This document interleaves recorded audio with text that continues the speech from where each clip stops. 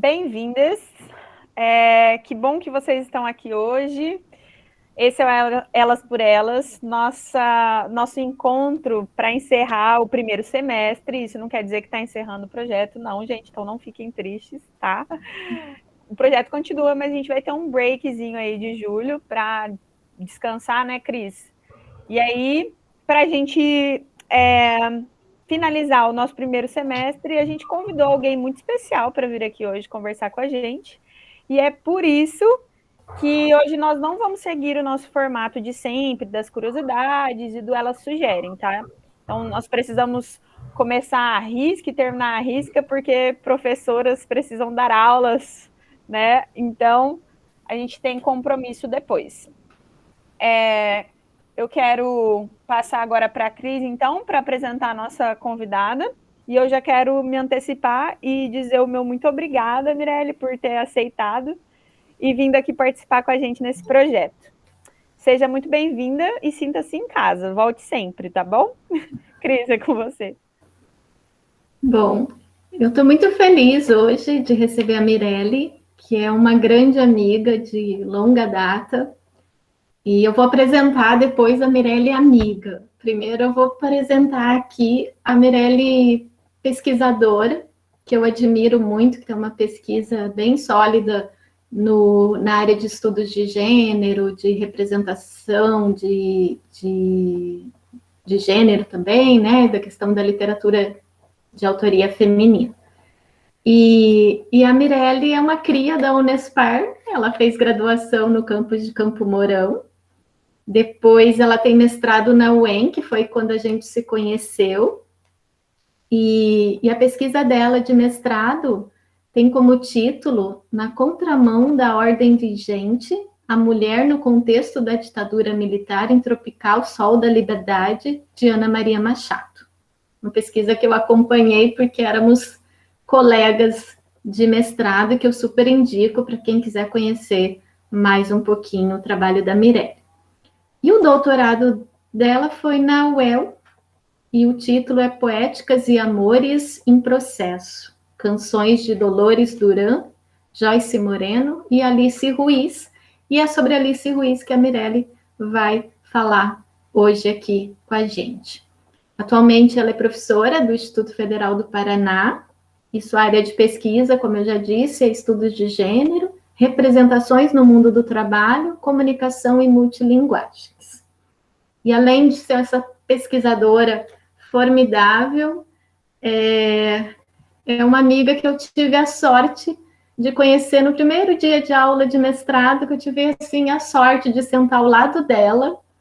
E eu me lembro que a primeira pergunta, não sei se você se lembra, Mirelle, mas a primeira pergunta, ela virou para mim e disse assim: você é de Campo Mourão? E eu disse não. Aí eu fiquei curiosa e voltei, mas por que você quer saber? Ela, não, porque tem uma aluna de Campo Mourão e eu sou de lá, e aí a gente nunca mais parou de conversar, né? Ficamos amigas e fico, assim, muito feliz de recebê-la aqui. Agradeço também, né, a sua generosa participação, por ceder um pouquinho do seu tempo. E a gente sabe como o nosso tempo está tão corrido, tão atropelado com esse trabalho todo remoto. Então, já agradeço demais por você bater um papo aqui com a gente. E eu passo a palavra para você. E é isso. Oi, pessoal, boa tarde. Estava acompanhando aqui a entrada e temos o Gabriel, né? Quase todas mulheres, né? Fiquei surpreendida com essa adesão, gostei bastante.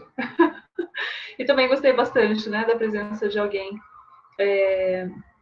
Porque essas questões, né, antes de me apresentar e agradecer as meninas, essas questões, como nós falávamos no início,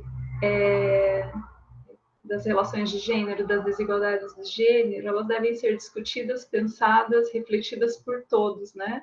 Mulheres e homens, porque devemos melhorar cada vez mais, qualificar cada vez mais as nossas relações sociais, né? Viver, né? Ter qualidade de vida a partir do respeito, né? Da desconstrução das desigualdades. Nossa, estou extremamente feliz aqui, conhecer a Jordana, né? Conhecer o pessoal que entrou, rever a Cris, essa amiga que conheci lá em 2008. Não, 2006, né, Cris? 2006, gente. E eu não me recordava da pergunta que te fiz, porque eu procurava alguém de Campo Mourão para dividir a carona, né? Estudante faz isso, né? A gente divide as despesas. E aí eu sabia de alguém que era de Campo Mourão e estava fazendo mestrado, então por isso a curiosidade.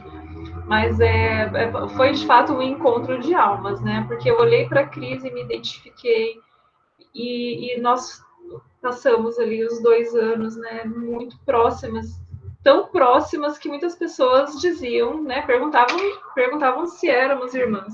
É porque a gente tinha características físicas mais parecidas, né? O cabelo, você manteve o seu cabelo, eu não mantive, eu cortei, fui.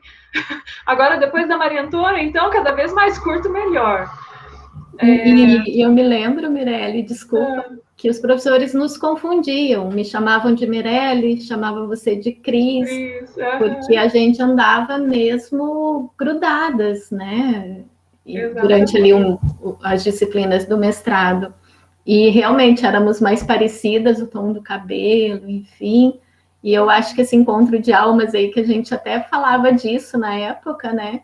Porque eu acho que a gente tem um jeito também de falar, de se expressar, de calma, muito, muito semelhante. E aí foram muitas atividades juntas, né? Nesse âmbito acadêmico e também no âmbito pessoal.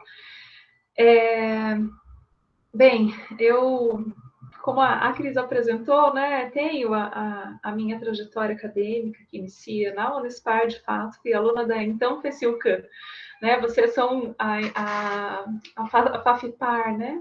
FAFIPAR, é isso, né? Campo Mourão era a FECILCAM, hoje campus da Unespar. E fiz o curso de letras. A minha licenciatura é a dupla habilitação português e inglês, mas eu não atuo na língua inglesa. Tenho repúdio.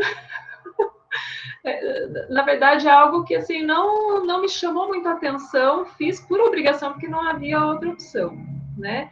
Mas aí nós acabamos adotando, né, eu e o grupo, né, de estudos com o qual eu me filiei, uma linha que até fazia uma certa crítica à época, né, ali final de década de 90, início dos anos 2000, à globalização, né? Então a gente tinha uma certa resistência, né, à entrada da cultura inglesa. Questões ideológicas de estudante, né? Hoje eu assumo essa responsabilidade de não ter me aperfeiçoado na língua inglesa, porque é uma língua tão importante, né, para a gente conseguir dialogar com as outras culturas. E admiro muito, tá, Jordana? Admiro muito quem atua na área. Boa noite, boa tarde. Olá, boa tarde. Então, né, eu fiz essa trajetória, acabei, quando fui para o mestrado e doutorado, optei por essa linha das críticas pós-estruturalistas, né, essa visão um pouco mais voltada para a desconstrução de olhares e modos de leituras mais estruturais, mais tradicionais. E nesse sentido, a partir, né, e sob a influência de uma professora que eu passei a admirar muito, gostei muito, que foi a Lúcia Zolin, acabei então optando pela crítica feminista, né? Então, e aí a gente quando entra, né, para esse... Oi? Estão me ouvindo? Estão me ouvindo? Sim. Estão me ouvindo? Eu estou te ouvindo, Dami. E aí, o que faço? Paro? Só um pouquinho. A gente te ouve, Dami, você não está ouvindo? Tá ouvindo? Acho que não. Eu vou escrever aqui no chat, mas pode continuar, Mirelle. Ok. E aí, por que eu estou dizendo, né? Mestrado, adotei essa linha, e inevitavelmente o doutorado foi influenciado por isso, né?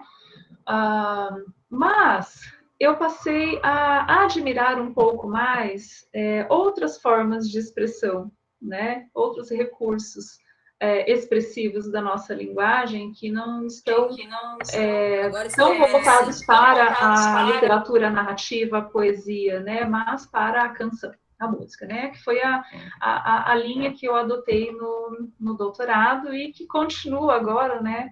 Nas minhas pesquisas que vou desenvolver agora em um projeto bem importante na PUC do Rio. E aí, no doutorado, eu conheci Alice Ruiz, que era uma escritora, é uma escritora, né? Uma poeta paranaense que até então não conhecia. Essa é uma das questões que eu trago aqui para a gente refletir, né? Uma poeta tão importante, com uma trajetória tão importante, que traz um debate tão importante, principalmente nesse campo dos estudos de gênero, e que a academia, as escolas não apresentam, né, para o seu público. Ainda não apresentam, né? Espero que isso mude um pouco. Eu sou professora do ensino médio, né, e nós somos influenciados por um conjunto um formato, né, de conteúdo para essa formação básica que enfatiza muito mais as escolas literárias, né, séculos anteriores, que a literatura contemporânea, né, que nos proporciona até dialogar com esses poetas que ainda vivem, né. E a Alice Ruiz foi uma grande descoberta, muito prazerosa, que eu abordo em minha pesquisa do doutorado, que aconteceu lá em 2008, gente, de 2008 a 2012. E que hoje, né, algum tempo depois, passei até a rever conceitos que apresentei e discuti em minha tese, né? Um deles é a nomenclatura poeta e poetisa, né? Alice Ruiz faz questão, né, de ser denominada, de ser chamada, né, de poeta. Ela não admite o termo poesia por acreditar que essa distinção de gênero não se aplica a esse termo, né? Não especificamente pela distinção de gênero, mas porque a mulher tem que ser poetisa e o homem poeta, né? Quase que configurando algo menor para a mulher, reservado à mulher, e poeta, que é essa grandiosidade, né? Essa quase que um desenvolvimento humano, né, que o poeta consegue, né, descrever. Nem todos conseguimos descrever poesia, mas aquilo que ele tem de mais nobre, a mulher não pode, então, assumir-se como poeta. Então, nesse sentido, acabei até repensando algumas questões da minha pesquisa, justamente porque a gente, né, depois que você se distancia do seu objeto de pesquisa, isso é tão interessante, depois que você se distancia do objeto de pesquisa, passa um tempo sem olhar para ele, quando você volta, você faz a crítica, né, a autocrítica, isso é bastante importante. Mas então, a minha proposta é falar um pouco sobre essa poeta, né, essa poeta paranaense que viveu né, bastante tempo aqui em Curitiba, hoje mora em São Paulo, morou um tempo no Rio, hoje mora em São Paulo, mas carrega muito, né, das influências que foram possíveis, né, de identificar aqui nessa região, né, principalmente no que diz respeito ao seu ambiente familiar. Bom, então, podemos começar? Então, vamos lá, gente. Quando comecei a investigar a Alice Ruiz, fiquei logo querendo encaixá-la em alguma característica, né? A gente tem infelizmente, a gente quer fazer esse enquadramento, né? Qual é a característica dessa poeta, dessa escritora? E eu percebi algo que, algum tempo depois, ela própria confirmou, né? Porque a Alice Ruiz, ela é muito entrevistada por revistas, universidades, ela participa muito de eventos, né? Esse é o barato de estudar Alice Ruiz. A gente estuda e você pode confirmar, né? Se você conseguiu atingir, né, de fato, ali essa propriedade da escrita da Alice Ruiz. E a Alice não se encaixa em nenhum movimento especificamente, porque ela tem um pouco de tudo, um pouco de todas essas tendências, né, da nossa poesia contemporânea. Então, a Alice Ruiz, o que eu fiz foi identificar os temas, né, mais recorrentes em sua escrita. Por que eu estou falando em escrita? Porque Alice Ruiz tem uma sacada muito interessante, que é explorar a linguagem. A sua escrita não é a escrita comum, não é aquela escrita acadêmica, ela própria enfatiza isso. Eu não tenho a disciplina, né, porque ela não fez curso superior. Então, ela tem a experiência poética, ela tem a vivência, e ela traduz essa vivência na sua escrita. E um pouco de todas as influências que Alice Ruiz recebeu, né, ao longo da sua trajetória, porque Alice vivenciou a ditadura, Alice vivenciou os movimentos, né, da década de 70, ali, a contracultura, o concretismo, a poesia, poesia marginal. Então, ela tem um pouco de tudo isso, e, ao mesmo tempo, essa entrada, né, na discussão sobre o feminismo, que já é um traço que a Alice Ruiz traz desde, né, quando começou a ler, ela mesma assume isso. Tudo isso junto provocou uma ruptura muito grande em relação a essa escrita tradicional, e eu vejo a escrita da Alice Ruiz como a própria ruptura. Então, ela não confirma uma gramática da língua portuguesa, ela cria. Ela faz questão de ressignificar a língua a partir da sua escrita, né? De forma interessante, a Alice Ruiz, quando vai dizer o que faz, ela, né, quais são as linhas que ela adota, ela se assume como escritora de haikai, né? Essa é uma característica muito marcante. E ela diz que escreve poesia a papel e poesia para ser cantada, né? Que são as letras. Então, ela atua nessas 3 linhas. No haikai, alguns temas não têm entrada, como, por exemplo, o feminismo, né? Os debates sobre as desigualdades de gênero. Mas na sua poesia a papel e nas letras, nas canções, né, que ela vai produzir em parceria com outros artistas, isso aparece com muita força, né? Essas expressões de um inconformismo sobre o papel da mulher na sociedade. Então, temos aí 2 características muito fortes da Alice Ruiz, né? A ruptura pela escrita e o feminismo pela linguagem, né? Essa marca do feminismo. E a Alice Ruiz, ela consegue fazer isso, ela consegue registrar o seu pensamento, a sua militância feminista na sua escrita de uma forma que eu vejo em poucos escritores, né? Poucos escritores homens e poucas escritoras mulheres. Ela consegue falar de sensualidade, de desejo sexual da mulher, erotismo. Ela consegue falar tudo isso de uma forma sutil, sem vulgaridade. Então, ela deixa implícito nesse jogo de linguagens que a mulher busca e deve buscar uma liberdade de amar, de desejar, de viver o relacionamento, e até mesmo lutar contra paradigmas sociais, lutar contra papéis sociais que foram construídos culturalmente para a mulher, que é aquela de ser mãe, ser educada para o casamento, não trabalhar. Por que tudo isso, né? Aí a gente vai estudar um pouquinho a história, né, a vida, a trajetória da Alice Ruiz, e ela própria conta, né? Isso vem desde a sua formação, de seu ambiente familiar. Porque a primeira leitura que a Alice faz é da Bíblia. Era o único livro que ela tinha em casa, né? A única leitura disponível. Então, já era uma situação econômica bem né, limitada. Não havia possibilidade de adquirir, né, um acervo. E, ao mesmo tempo, a limitação cultural, religiosa, que a própria família, que era, na verdade, uma tia, ela morou com uma tia há algum tempo, impunha a Alice Ruiz, né? Então, tinha que ler a Bíblia. E aí, o que é a Bíblia, né?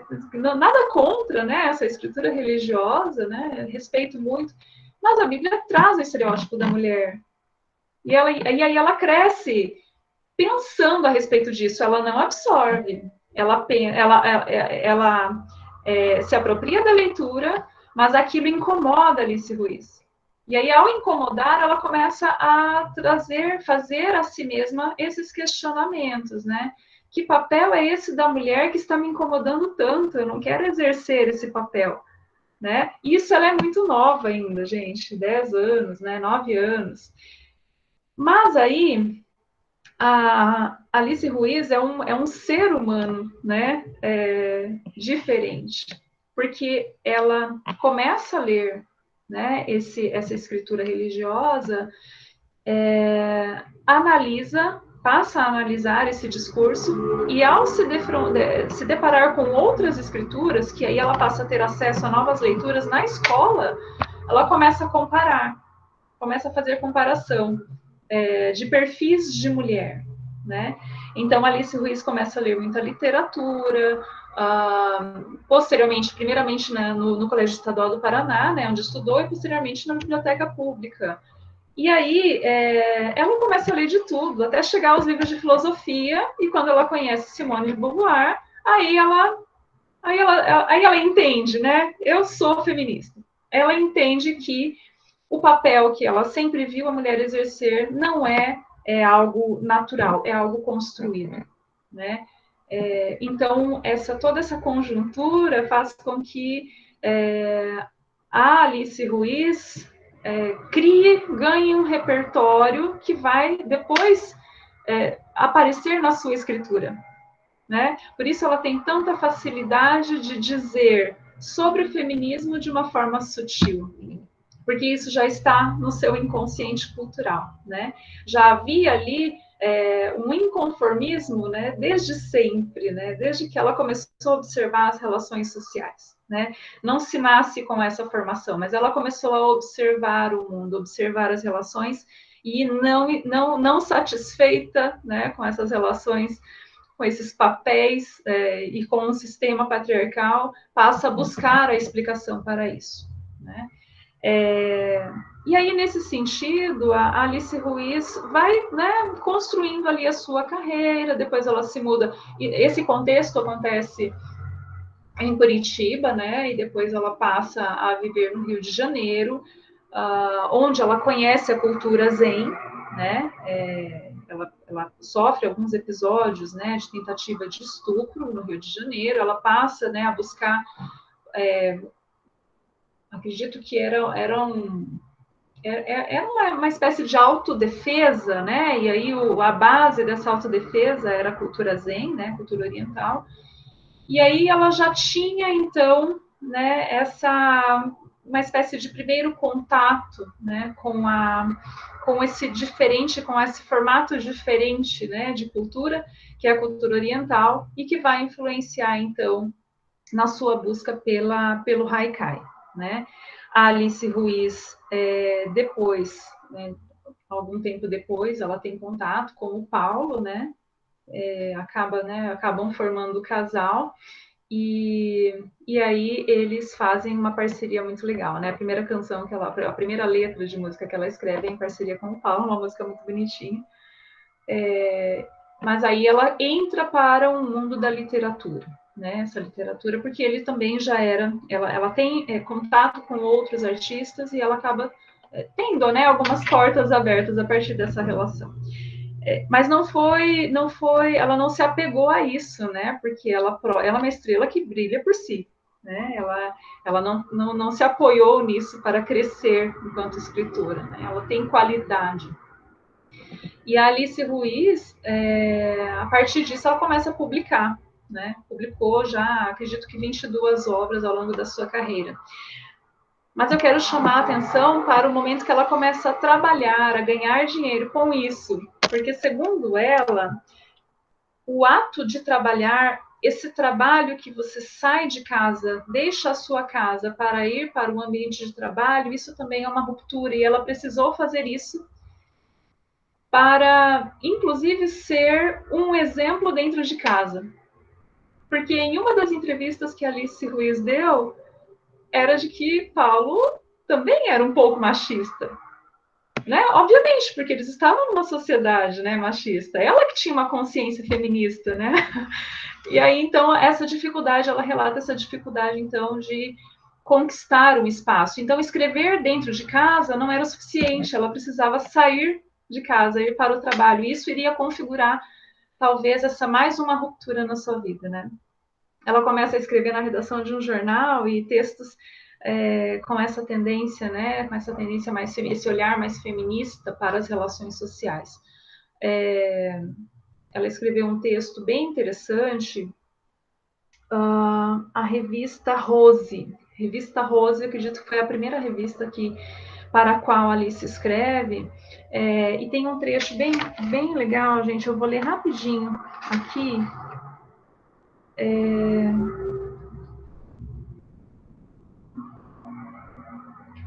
Eu fiz uma anotação aqui. Ela escrevia, gente, sobre mais ou menos induzindo as leitoras a se dar conta de que elas estavam subordinadas aos seus companheiros, maridos, né?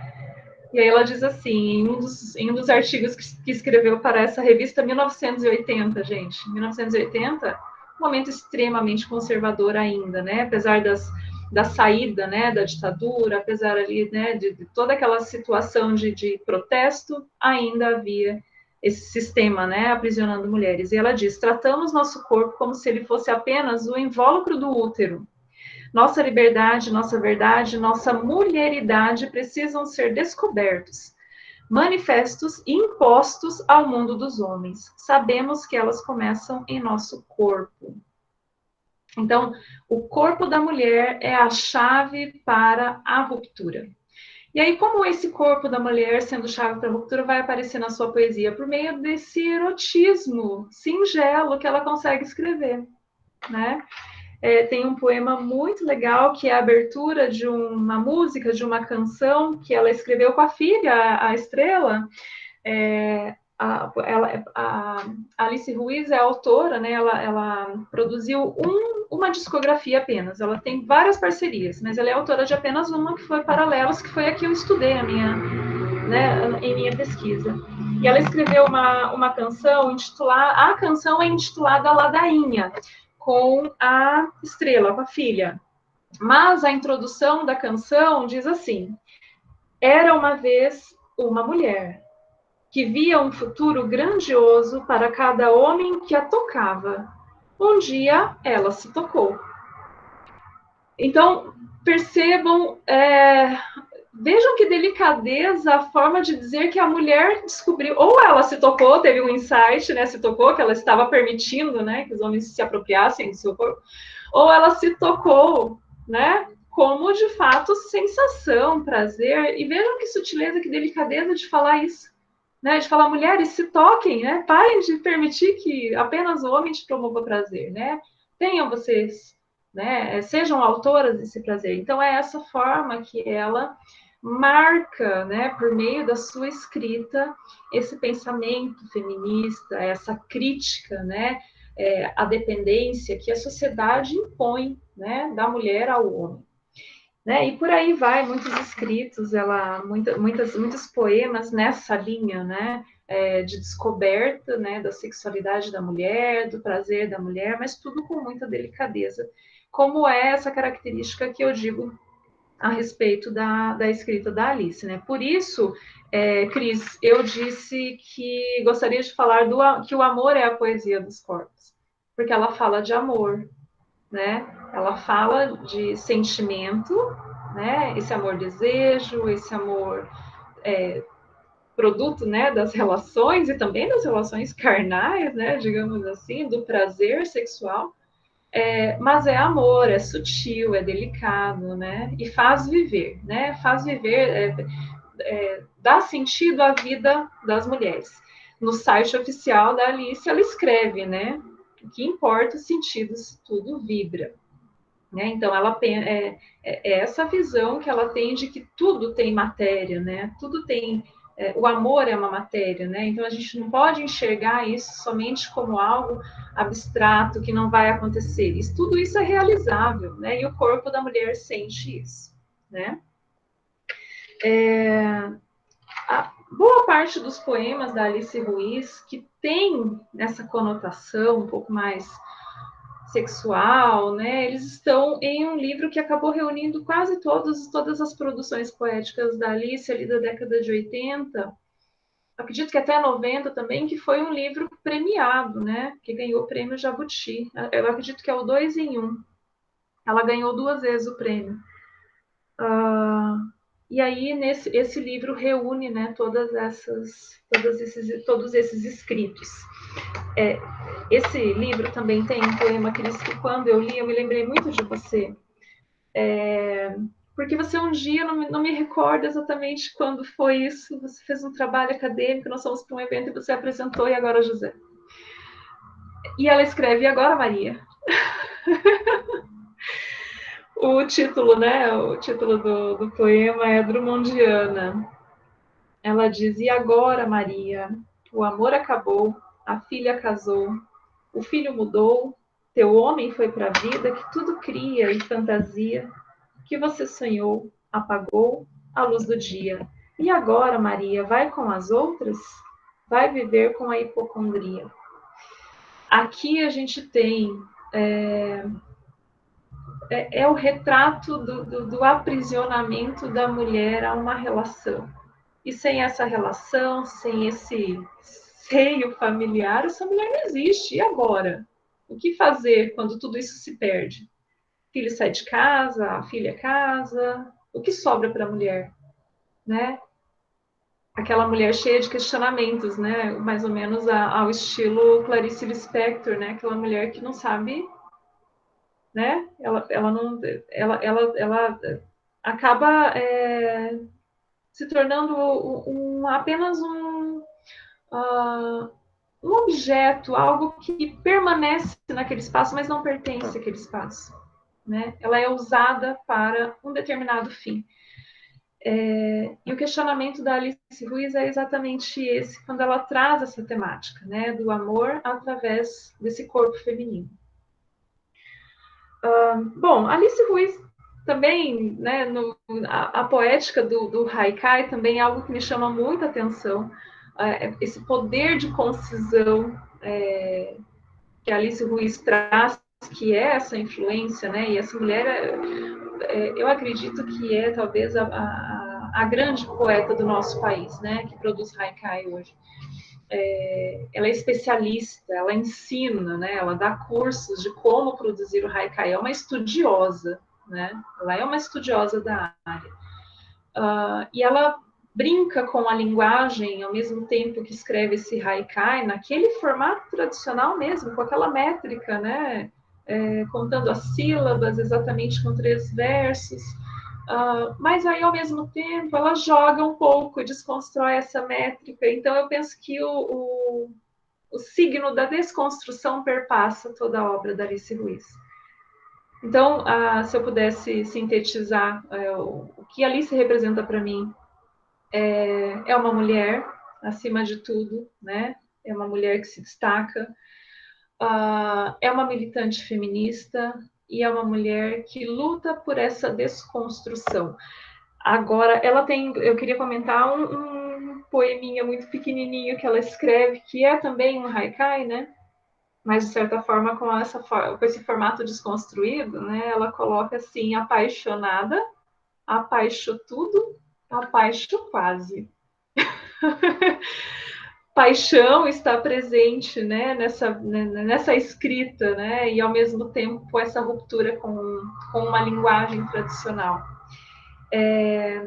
Penso que Alice Ruiz hoje tem entrado por alguns campos, né, muito mais voltados para o político, né, ela tem feito muitas críticas ao nosso sistema político, ela se manifesta muito nesse sentido. E ela faz, ao mesmo tempo que faz a crítica a esse sistema político que vivenciamos hoje, ela faz uma crítica à geração que hoje está aí. É uma geração muito diferente da sua geração. A sua geração lutava por um ideal, o ideal de desconstruir as verdades absolutas, desconstruir um sistema patriarcal opressivo, Então, o seu objetivo era conquistar uma liberdade, conquistar um espaço. Hoje, essa geração não sabe para onde vai, segundo Alice Ruiz. Estamos sem um direcionamento e talvez até vivendo, segundo ela, eu não tenho condições de concordar com isso ainda. Segundo ela, vivemos uma segunda ditadura, no sentido da censura, né? Então, ela tem autoridade para dizer isso, porque vem desse movimento de desconstrução, né, que marcou a sua trajetória, principalmente ali no final do século XX. Então, essas são as características mais fortes de Alice Ruiz, né? E fica para mim, porque o objeto que eu mais me debrucei foi a canção, né? Fica para mim, de fato, a voz de uma mulher, voz nesse sentido de escrever, né? Não no sentido de cantar, porque ela não é cantora, essa voz, né, que marca um território, mas que, infelizmente, no campo da canção existe um mercado fonográfico que não adere pessoas que não estão com o holofote sobre elas, né?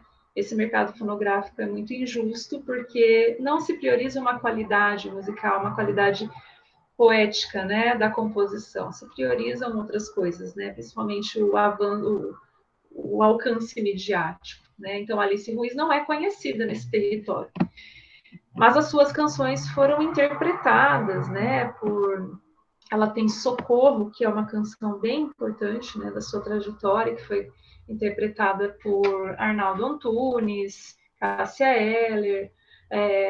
Talvez a composição mais conhecida de Alice Ruiz seja Quase Nada, que foi interpretada por Zé Cabaleiro, né, de Você Sei Quase Nada. Ela teve Zélia Duncan, também uma canção maravilhosa que a Adriana Calcanhoto gravou. Mas um outro apontamento que a própria poeta faz é que é muito injusto esse mercado fonográfico porque eles colocam o nome do intérprete, o nome do intérprete se sobrepõe ao nome do compositor. Esse nome do compositor aparece em letras pequenas, quase não aparece. E geralmente aparece ao lado do intérprete, como se o intérprete dividisse ali, fizesse parceria na escrita da canção. Mas por quê? Porque esse mercado fonográfico tem um outro objetivo, né? E aí o alcance da sua composição não foi tão grande, né, como a sua poesia. Eu penso que hoje Alice Ruiz luta por esse espaço na produção literária do nosso país, na produção literária contemporânea, né? Bom, né, coloquei várias questões aqui, gente, vocês não me interromperam. E aí eu olhei para o relógio e fiquei preocupada. E agora? O que faz? E agora, Maria? Que tá uma delícia te ouvir e nem tinha como te interromper, sabe? Mas e eu fui anotando várias coisas. Eu me lembro desse poema da Adélia Prado, agora, José, que faz uma referência, né? E agora, José, enfim, ao poema José do Drummond. Uhum. E esse poema da Alice Ruiz assim, é uma coisa extraordinária, né? E teve um tempo que eu li muitos poemas da Alice Ruiz, uns 10 anos atrás, eu acho, mais ou menos, acho que um pouco menos. E o que me encantou e encanta muito nessa escrita poética contemporânea é o poder de concisão, é dizer tanto, com tanta expressividade em tão poucas linhas, né? E a Alice Ruiz, para mim, é uma poeta formidável nesse sentido, dessa concisão, dessa brevidade poética, mas que expande o texto literário para tantos sentidos, tantos, né? E outra coisa, Mirelle, que você tocou na questão do mercado fonográfico, a Estrela teve com a gente numa live, algum tempinho atrás, né, Jordana? E ela falou dessa dificuldade do mercado fonográfico e de toda a questão, né, de você faz uma música, grava um disco e daí? que você faz com isso? O que acontece depois, né? E aí, ela, diante de toda essa dificuldade de vender a música, de, sabe, correr atrás da circulação, da divulgação, ela sentiu necessidade de se especializar, de estudar, de entrar um pouco nesse universo, até para ganhar um espaço. Ela não falou, né, Jordana, eu acho que, não me recordo, mas ela não falou da questão da mulher nesse espaço fonográfico, né? E você tocou aí também num ponto que acho que ela comentou assim bem brevemente da questão da autoria, que muitas vezes esse espaço da composição fica muito secundário no espaço fonográfico. Que realmente é o intérprete que ganha fama, né? Por exemplo, a música Socorro, você acaba associando ela imediatamente ao Arnaldo Antunes e muitas vezes não tanto a Alice Ruiz, né? Então, eu me lembrei desse comentário da Estrela falando sobre a questão do mercado fonográfico, que realmente é muito difícil, né, de entender, de circular nele, de tomar posse dele de alguma forma, né? Além disso, né, Cris, pensando nisso que vocês estavam falando sobre o mercado fonográfico, eu fico tentando entender, assim, em que momento que a gente, enquanto consumidores de música, se atenta para isso também, né? Porque por muito tempo eu nem olhava quem era compositor. O que importava para mim era intérprete mesmo, né? E aí, quando você cai sua ficha e começa a pensar sobre isso, e aí isso é meio que efeito cascata, né? Você começa a prestar atenção em todos esses detalhes, sei lá, quanto à obra literária, tradução, quem é o tradutor, né? Ou aí, daí da música, quem é o compositor, né? Ou a compositora. E isso é interessante a gente tocar no assunto, principalmente porque tem muita gente que está em sala de aula, que participa do nosso grupo, que até quando a gente for fazer esse tipo de abordagem em sala de aula, colocar essa importância para a gente começar a despertar, né, esse interesse, né, dos estudantes, né, de, olha, tem o intérprete, mas tem o compositor da música, tem a compositora e tal. E o mais interessante, assim, em relação a Alice Ruiz, para mim, é que eu sou do Mato Grosso do Sul, Mirelle. Então, quando eu vim Não, enquanto eu morava lá, eu conhecia Paulo Leminski. Então, li Paulo Leminski e tal, mas não conhecia Alice Ruiz. Eu só fui conhecer Alice Ruiz depois que vim embora para o Paraná. E achei ela sensacional. Que mulher, né? E eu acho que essa sombra do marido dela ainda, pelo menos, né, nessa experiência vivida por mim, ainda paira demais sobre ela, assim, sabe? É como se ele fosse o nome mais importante, ele fosse a estrela, mas ela é uma estrela que brilha sozinha, né? Como você colocou no começo da sua fala. Exato. Veja que essas questões, a própria poeta enfrenta isso, né? Ela mesma assume, né? Que acabou sendo, né? Ali um pouco, não apagada exatamente, mas o fato do Paulo Leminski ter entrado no mercado editorial, né? E aí isso acontece principalmente depois que ele morre. Ela relata isso um dia em relação até a uma discussão sobre as editoras, né? Eles publicavam os livros do Paulo, em uma editora que não fazia muita questão de se colocar nesse mercado, né? Nas livrarias. Tinha uma linha, né? Diferente, acabava investindo muito mais na divulgação de outras obras. E aí, quando eles mudam para, se não me engano, foi para a Companhia das Letras, somente a partir daí que ele começa a ter uma ampla divulgação, né, pelo país. Mas, de fato, ela ainda enfrenta essa nomenclatura, né? Esposa do Paulo, quando ela vai para eventos, quando ela vai para exposições, as pessoas perguntam sobre a obra do Paulo, né? Como ela está administrando tudo isso. Então, ela, né, gente, eu quero falar da minha, né? O que eu estou produzindo. E aí ela até faz uma brincadeira que é o fato de Paulo ter morrido, né? Ela falou precisou morrer para se tornar famoso, né? Então, assim, morrer no mundo da literatura é algo bom, né? Porque você, né? Você não, né? Mas o artista acaba, então, tendo a sua obra mais divulgada depois que morre. Não tem muito interesse em divulgar quem está vivo, né? Talvez pelo fato de que a pessoa que está viva, ela pode mesmo, né? Divulgar o seu material. Mas ela enfrenta, são questões que ela enfrenta, né?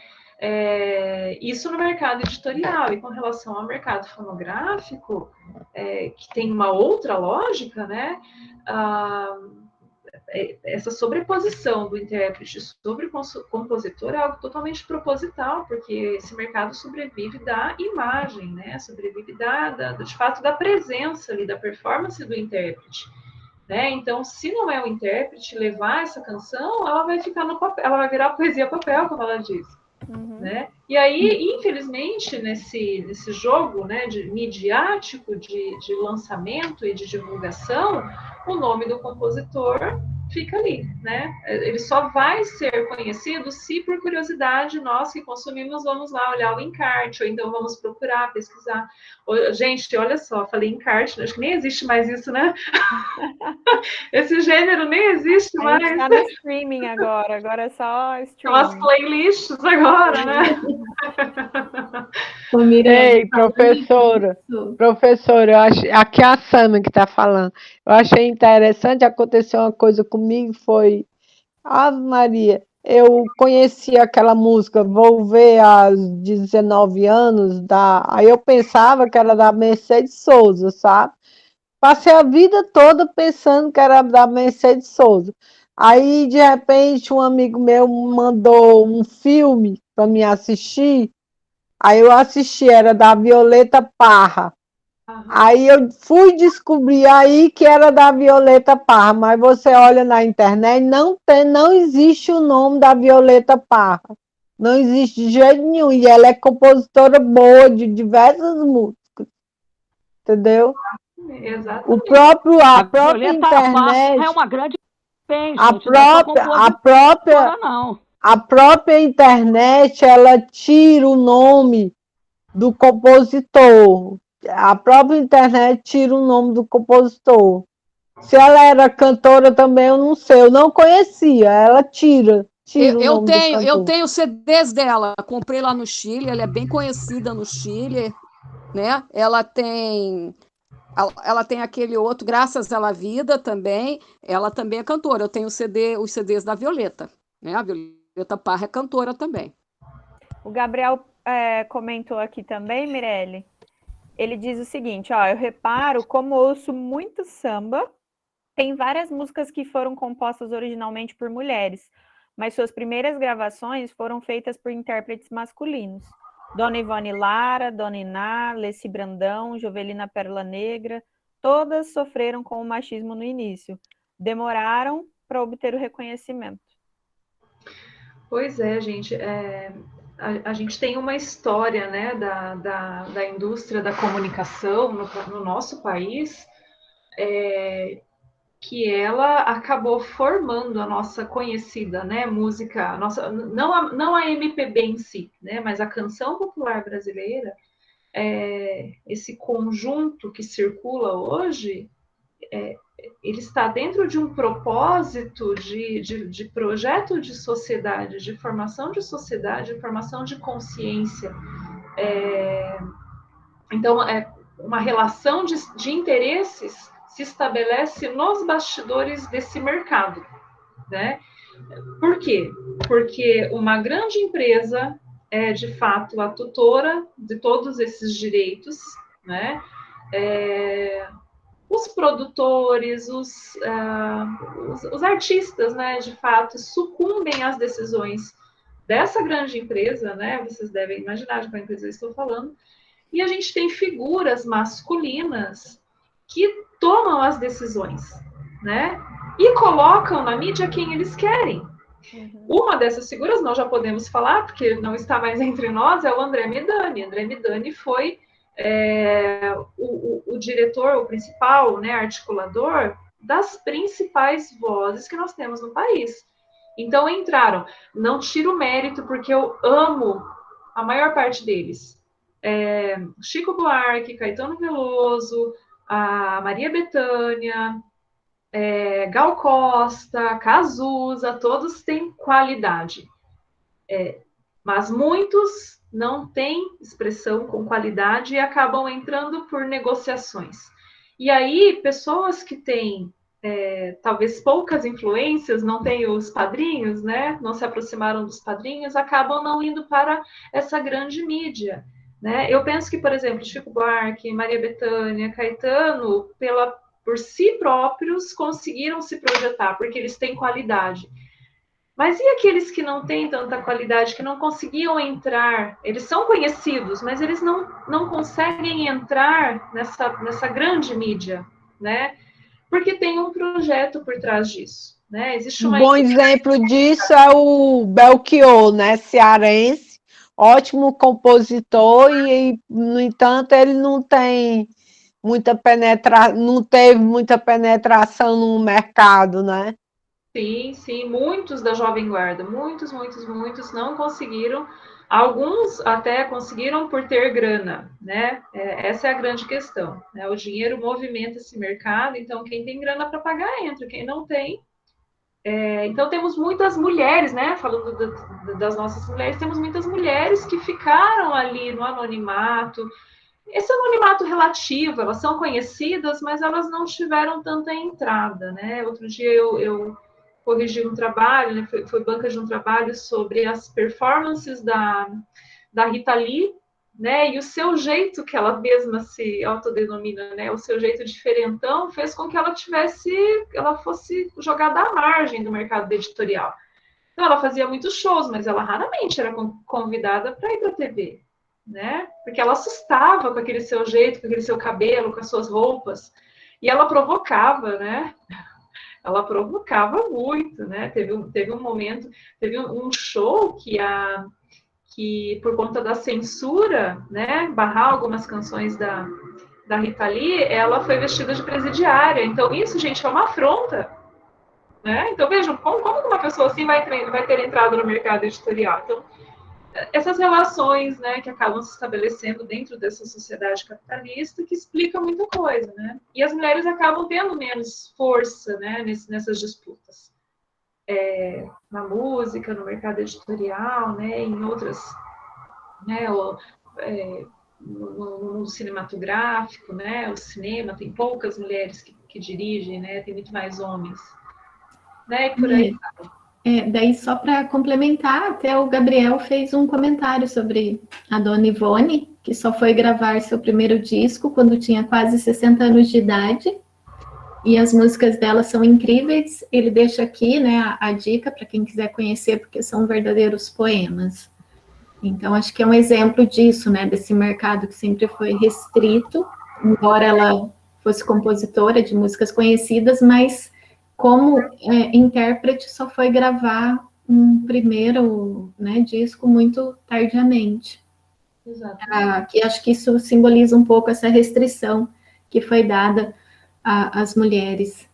E tem um documentário eu não sei se está na Prime ou na Netflix, você falou da Rita Lee.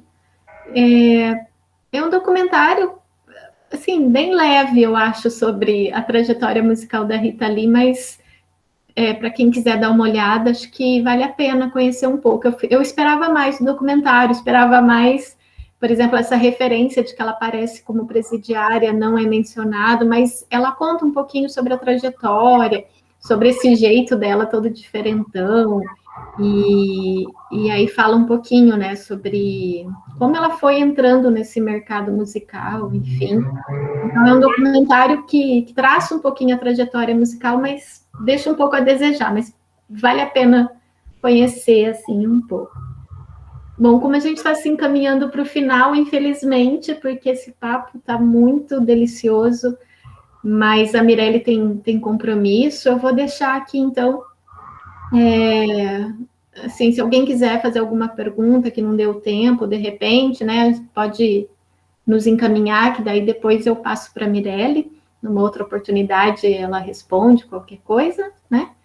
E eu queria agradecer, Mirelle, por você estar aqui e falar dessa grande escritora paranaense, que eu acho que também é bom enfatizar isso, que é Alice Ruiz.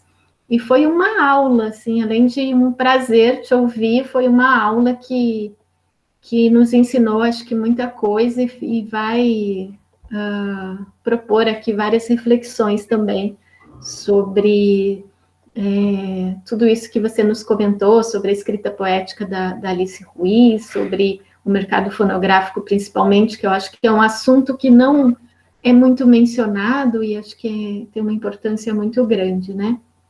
E adorei isso que você falou desse projeto ideológico. Às vezes a gente não para muito para pensar o que está por trás disso, né? E é meio assustador.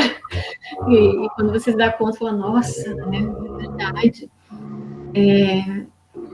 Então, eu queria deixar aqui meus agradecimentos por você estar presente aqui no nosso encontro. E deixo aqui a palavra final, se você quiser completar alguma coisa ou se despedir, fique à vontade, né? Ai, Cris, agradeço muito o convite, né? Estar aqui foi um prazer, nem vi o tempo passar.